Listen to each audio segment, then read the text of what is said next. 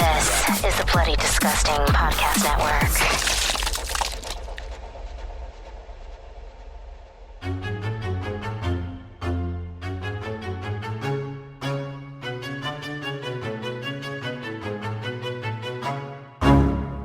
We're gonna carry on and plan the sequel, because let's face it, baby, these days, you gotta have a sequel.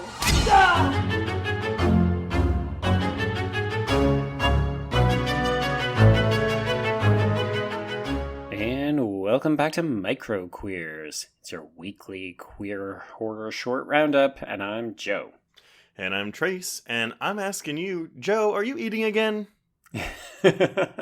I am not fat. We're talking Zach Noe Towers' Killer Friends short. Yeah, this is it's definitely a bit more lighthearted than what we watched last week, Joe. This is true. A little less homicidal, a little bit more comedic, slightly campy, a little bit meta. A little bit. I mean, I think this one toes the line for me a little bit between obnoxious and not obnoxious, because I found myself laughing heartily at about half of what I saw and then like rolling my eyes at the other half. Right. I think it's important to note that Towers is a stand-up comedian based, I think, in LA, and so Yes. it kind of tracks for me. Mhm. But yeah, this was an interesting one.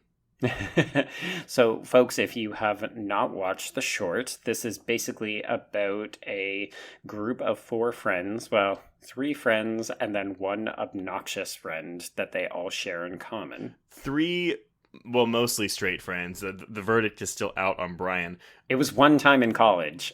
Yes, and then one obnoxious gay friend. Correct, yes. So these 3 friends have decided to take the obnoxious gay friend on a weekend camping trip so that they can murder him because they can't think of another way to get him out of their lives. And he is so obnoxious that it seems easier to kill him than try to explain to him that he needs to move out of the house.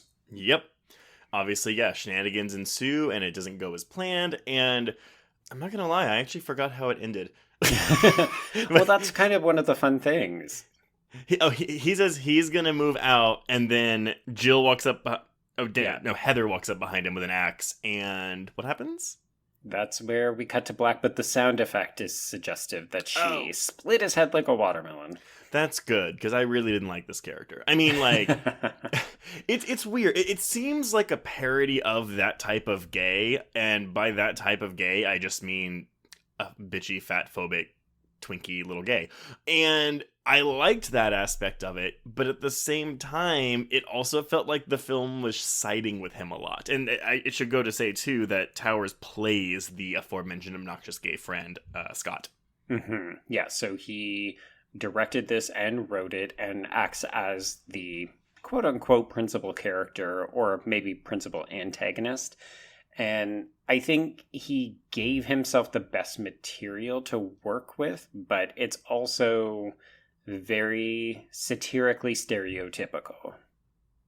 Yes, and that's what I'm saying. I mean, there were parts, the moon gag, like, slayed me. But then there were others that I was just kind of like, all right, well, that's like, let's move on. There's a certain familiarity with some of the jokes that you're like, oh, okay, if we're going to do queer comedy, we've seen these these moments before, right? The gay who makes backhanded compliments about people's weight, or who talks about like their rampant sex life that just happens to involve all of the friends and family of the people that he's friends with. Yeah, and I think maybe the predictability of that is kind of what's getting to me. Like with Heather, it was just eating jokes. Like, that's all it was. Yeah. And of course, the joke is that Heather is this small, petite girl. Like, she's not even normal, quote unquote, size. She's actually below average size. Right. And again, yeah, there's irony. There's irony in that. But even at 10 minutes, like, after a while, I was like, oh my God, like, it's not even like that they're particularly mean. I mean, obviously, in the world of the film, they are mean. But as a viewer, I was like, it's just beating a dead horse at this point. Yeah, you want a little bit of something new, because all of Scott's interactions with his quote-unquote friends all follow the same predictable pattern, right? So he says something obnoxious and they think, okay, well, I'm vindicated in my decision to kill this person. Yeah. And then he'll walk it back and say something authentic about the value of their friendship or how he thinks that they're really important. And you think, oh, okay, maybe he's not that bad and he's not worthy of this. And then he just does it again. You're like, rinse, lather, repeat, which is great as a comedic device. Like as a stand-up comedian, you can see where he gets those inclinations. But as a short, it's like, oh, this is the same 30 seconds again and again and again. Well, yeah, and so that aspect of the comedy that you're referring to is, it felt very like I Love Lucy to me, which I really, really, really appreciated. But yeah, like, I mean, I felt like this could have been a 6-minute short instead of a 10-minute short. Right. But still, I think he gives a really good performance as this character. I don't know if this character is more or less an autobiographical character. I took a quick look through his Instagram, and he's definitely got some pretty funny posts. He's, I think, a lot more savvy than what this character is, but it's also very like, I'm gay, I'm from Los Angeles, I've got strong opinions about all the kinds of things you would probably expect in that slightly cliche way. Yeah, and I mean, I think that's necessary when you're doing stand-up comedy. I did watch one of his bits that was about rim jobs, and I was very happy with that. Rim jobs. Okay. Yeah, but I mean, like, yeah, I thought all the friends were great. At the end of the day, though, yeah, this is I think it's a fun little short. It's just like it doesn't necessarily break any new ground in terms of like comedy for me. Like, I did laugh, but I wasn't like, enamored with it. Okay. I can completely understand why.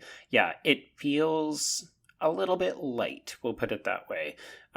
Like some of the other shorts that we've had the pleasure of watching have been surprisingly deep and complicated, and I appreciate that this isn't what this is going for. Like, you have to approach a drama or a fantastical short in a different way than you might a comedy short. Like, to me, there's a certain similarity between this and Final Girls, the short that we watched about the two lesbians who go camping. The difference here, though, is that the production value on this one's actually really good. Like, this is actually shot and directed by Towers very, very well. Oh, yeah. And, like, the editing, the sound cues, like, there's jokes within the production design that say, oh, yeah, like, this is very well thought out. There was money, there was time to make this short in exactly the way that you want. I also get the impression maybe that Towers, I don't know that he had much of a background for, like, horror in that way. Because this idea that, we're going to kill this person and then something goes horribly wrong feels like it lends itself far more to a comedic background as opposed to horror. And I wondered if that might have been better served if, like, some of the horrific elements had been amped up, but instead we get more comedy. Right. Like we have this kind of, like, gallows humor with maybe even some gore in it. Like, I was actually, like, even the makeup whenever Jill lights herself on fire, like, it's like, oh, like, she has a hole in her shirt, and, like, her I guess they waxed her eyebrows off. And then, like, and then later when she falls down the cliff, I'm like, okay, cool, we could have gotten a broken leg. Now, granted, those are all, like, that's budgetary stuff. Yeah, there's prosthetics and makeup involved there that maybe amplifies the production cost. But I see what you're saying. I mean, we have the typical, like, kids go camping in the woods, and you expect, like, oh, there's a killer, but of course the subversion here is that they are themselves the killers, and they're incompetent at killing. Yeah. I think one of the things I appreciated the most is that I thought I knew exactly where this was going to go, and I was a little bit bored a couple minutes in, and then I realized, oh, okay, it's actually not going to give it to me. Like, I thought each of the individuals would die trying to kill him, and instead they just kind of gently hurt themselves or hurt each other. But it's not malicious in the way that I think it maybe could have been. See, I think I almost would have preferred that. I mean, particularly with Jill, like, when she goes over that cliff, do you think, okay, well, they've just killed her off. And then she just comes limping back to the campsite. And you think, this might have been a missed opportunity. I wrote in my notes, I was like, oh, she falls down a cliff? Because it's more like a little rocky hill. I mean, it is Los Angeles, so I'm not really sure how much...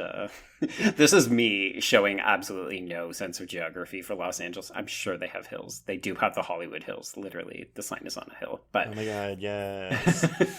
I just automatically assume it's like, oh, it's near the beach. It's probably pretty flat. Mm-hmm. But yeah, I mean, overall, I mean, I think it's very well made. It's totally fine.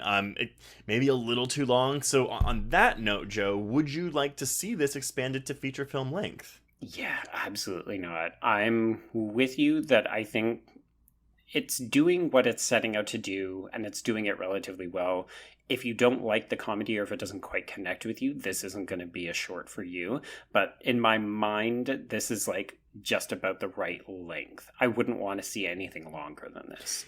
Yeah, I what I'm about to say, I mean, like, nicely. It's not meant to be an insult, but it feels like a slightly longer, like, SNL sketch. Like, I could see this working as an SNL sketch at about, like I said, a 6-minute length. But I can't really see this. I mean, even if you want to give it the Zombievers treatment and make it, like, 76 minutes with credits, I still don't think there's enough material here to mine, and I would worry that the character of Scott would become too obnoxious. It would just be too grating for that length of time. Absolutely. Yeah, you'd have to soften out some of those edges and lean into those moments of actual emotionality and make him more of a human being. Because right now he's pretty much just a caricature. I actually think the way you could do it, I mean, let's play devil's advocate and say we do this. You don't introduce Scott until the second act. So you have the first act devoted to your 3 characters as they talk about how horrible their roommate is, and maybe paint a picture that's not, oh, he's like this like obnoxious like skinny twink gay dude, and like it builds an image of what you think he's gonna look like, and then out comes Scott. Right. Yeah, somebody where you're just thinking, but they're so small and unassuming, I don't understand. And then you could build that back up and say, oh no, he's everything that they said he was in that first act. And then you could spend the last act, and I would say then you would advocate for killing off these characters one by one in funny accidents. Yeah, I think that's true. Or you could even make it... No, I'm going to stop there. Look, we just cracked it. We saved this feature-length film. But listeners, let us know what y'all think, and let us know what you thought of Killer Friends.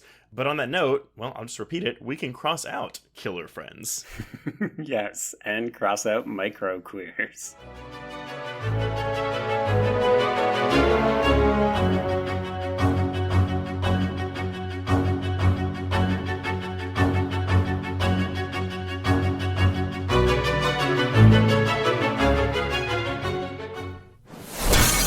Bloody Disgusting Podcast Network, home of creepy, disturbing, and terrifying creepypastas, SCP archives, weekly full cast storytelling, horror queers, genre commentary from an LGBTQ perspective, and the Boo Crew, for horror-centric interviews. Listen free wherever you stream audio and at bloodydisgusting.com/podcasts. Hello, I'm Shelby Scott, the host of Scare You to Sleep, a podcast where I tell you spooky bedtime stories full of creepy sound effects and music that is soothing yet unsettling to help immerse you into a world of horror. This is a show for those of us who have realized horror can be a strange but relaxing escape from reality. Speaking of escapes, sometimes I lead you through guided nightmares, like a guided meditation, but instead of flowery meadows, I take you on a journey through your own personal nightmare. So come get lost in the terror with me. Listen to Scare You to Sleep wherever you listen to podcasts, or find us online at bloody.fm. Sweet screams.